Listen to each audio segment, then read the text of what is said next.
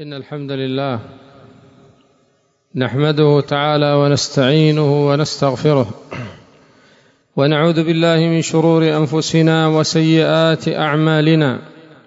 من يهده الله فلا مضل له ومن يضلل فلا هادي له، وأشهد أن لا إله إلا الله وحده لا شريك له، وأشهد أن محمدًا عبده ورسوله صلى الله عليه وعلى آله وصحبه وسلم.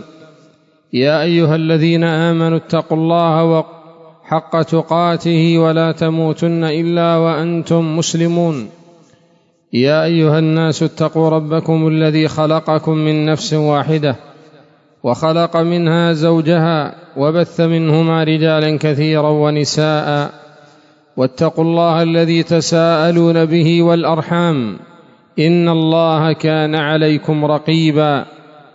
يا أيها الذين آمنوا اتقوا الله وقولوا قولا سديدا يصلح لكم أعمالكم ويغفر لكم ذنوبكم، ومن يطع الله ورسوله فقد فاز فوزا عظيما.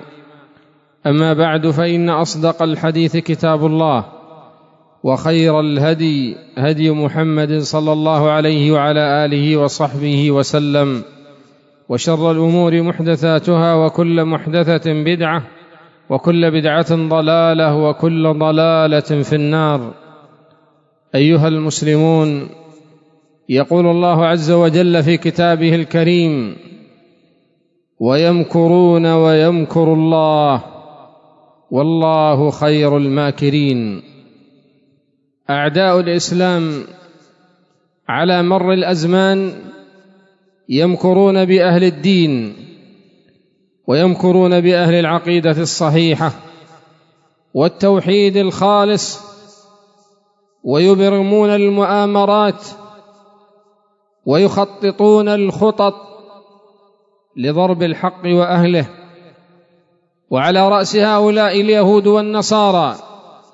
ولهذا قال الله عز وجل: ولن ترضى عنك اليهود ولا النصارى حتى تتبع ملتهم، قل إن هدى الله هو الهدى ولئن اتبعت أهواءهم بعد الذي جاءك من العلم ما لك من الله من ولي ولا نصير. ومؤامراتهم تتفاوت من زمن إلى زمن، ومن بلد إلى بلد. ومن أعظم المؤامرات التي يقوم بها أعداء الإسلام لهو المؤامرات على هذه البلاد الطيبة، بلاد الإيمان والحكمة، بلاد اليمن الميمون. فالمؤامرات على هذه البلد تتكاثر، وأعداء الإسلام يمكرون بها ليلا ونهارا، سرا وجهارا. أتدرون لماذا يا عباد الله؟ إنه لما حبى أهل اليمن رب العالمين من الخير العظيم ونصرة هذا الدين والقيام بما أوجب رب العالمين. فأهل اليمن هم أنصار دين الله عز وجل منذ فجر الرسالة وبعثة النبي عليه الصلاة والسلام إلى ما شاء الله، وهم أنصار دين الله عز وجل قولا وعملا. ولهذا يركز أعداء الإسلام على هذا البلد الخير وعلى هذا البلد الطيب. قال الله عز وجل في كتابه الكريم: يا أيها الذين آمنوا من يرتد منكم عن دينه فسوف يأتي الله بقوم يحبهم ويحبونه، أذلة على المؤمنين أعزة على الكافرين، يجاهدون في سبيل الله ولا يخافون لومة لائم، ذلك فضل الله يؤتيه من يشاء والله واسع عليم. أتدري من المقصود بهذه الآية؟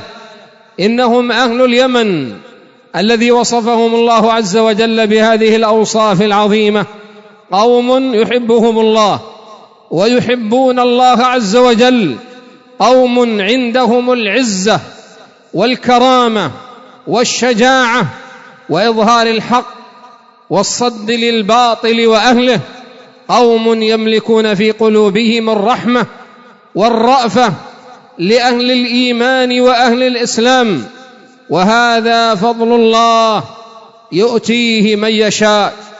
إنهم لا يغفلون عن مثل هذه الآيات ولا عن الأحاديث الصحيحات التي فيها بيان الخيرية ومنابع النور والإيمان في أهل اليمن، لا يغفلون عن هذه الآيات، ولهذا يسعون ليلا ونهارا إلى إفساد أهل اليمن وإلى إبعادهم عن عقيدتهم وإلى تفكيكهم وإلى تشتيتهم.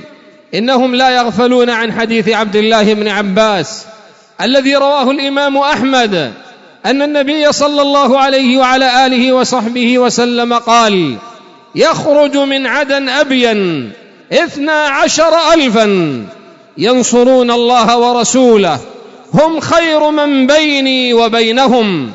إنهم لا يغفلون عن التاريخ الذي هو مليء بالخير الزاهر والنصر المبين والفضائل العظيمة لأهل اليمن في الجيوش الإسلامية وإمداد أهل الإسلام والفتوحات في مشارق الأرض ومغاربها.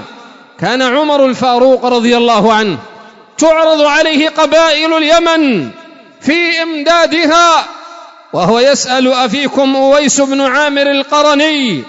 وتمر قبائل اليمن قبيلة قبيلة، قال عليه الصلاة والسلام: إني لأجد نفس الرحمن من قبل اليمن.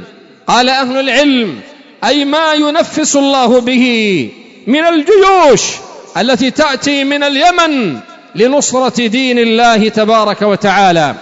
واقرأ التاريخ الإسلامي والفتوحات الإسلامية، لا تكاد تجد فتحا ولا معركة ولا غزوة إلا وكان لأهل اليمن البصمات الواضحة.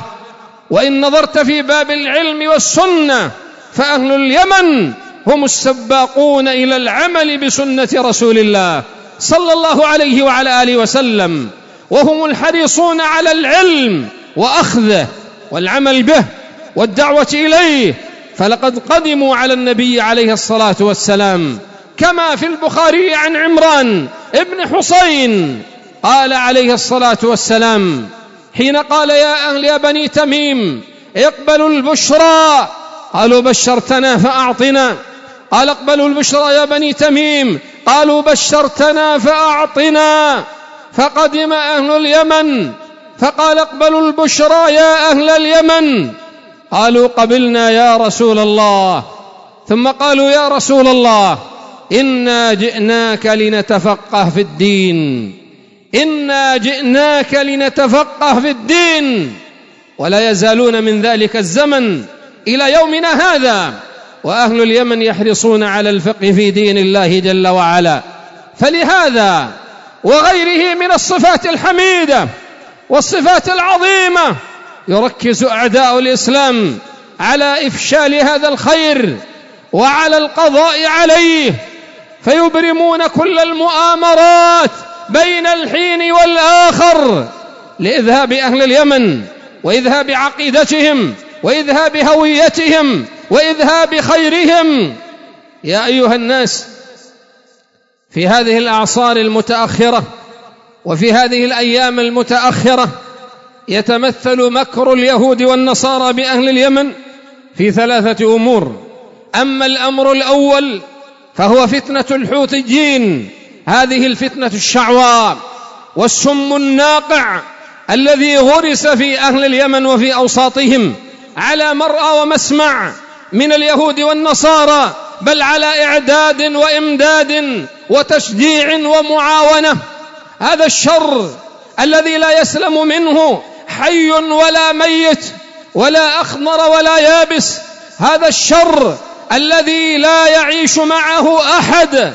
الرافضة الذين استحلوا البلاد وأكثروا فيها الفساد، فدنسوا المقدسات، هدموا المساجد وفجروها، سفكوا الدماء، قتلوا الأبرياء، أرملوا النساء، يتموا الأطفال، هدموا البنيان، فعلوا الجرائم العظيمة التي لا يغطيها ليل ولا نهار.